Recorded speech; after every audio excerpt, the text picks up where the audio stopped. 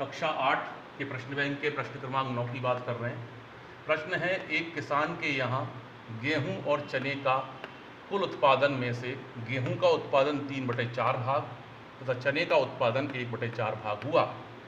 यदि किसान के यहाँ गेहूं का उत्पादन 600 क्विंटल हुआ तो चने का उत्पादन की मात्रा क्विंटल में कितनी होगी, ये हमको बताना है। तो यहाँ जो परिस्थिति बनती है उसमें देखिए, सबसे पहले हम वही बात करते हैं कि दिया क्या है हमको दिया है कि गेहूं का उत्पादन 3/4 भाग है।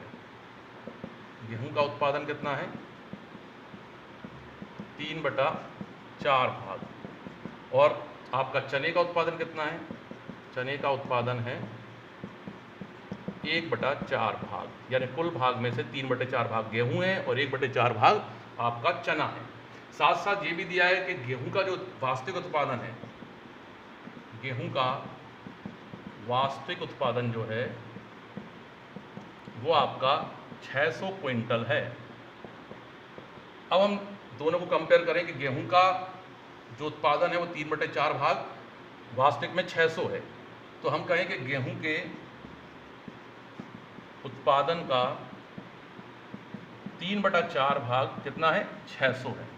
तो इस स्थिति में अगर हम देखें कि यदि बच्चा गेहूं के उत्पादन की मात्रा को x लेके चलता है या गेहूं लेके चलता है, तो एक समीकरण की स्थिति बनती है हमारी x गुणित 3/4 बराबर 600।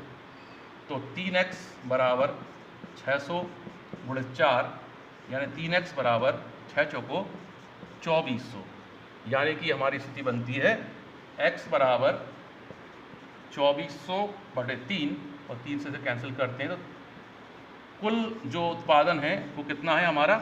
800 है। कुल उत्पादन हमारा 800 है।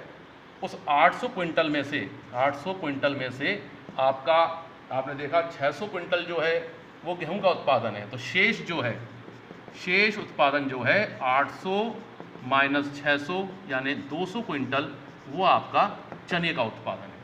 तो इस तरीके एक सामान्य अपन स्थिति में कुल उत्पादन की स्थिति में से निकालते हैं सामान्य विधि से, तो इस प्रकार बच्चा इसको हल कर सकता है।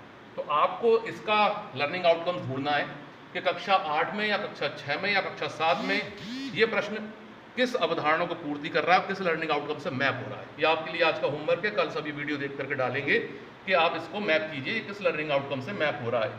यानी एक समस्या दी है और उस समस्या के आधार पर एक का उत्पादन देकर दूसरे का उत्पादन पूछा है। अब कोई बच्चा इसको एक और तरीके से हल कर सकता है।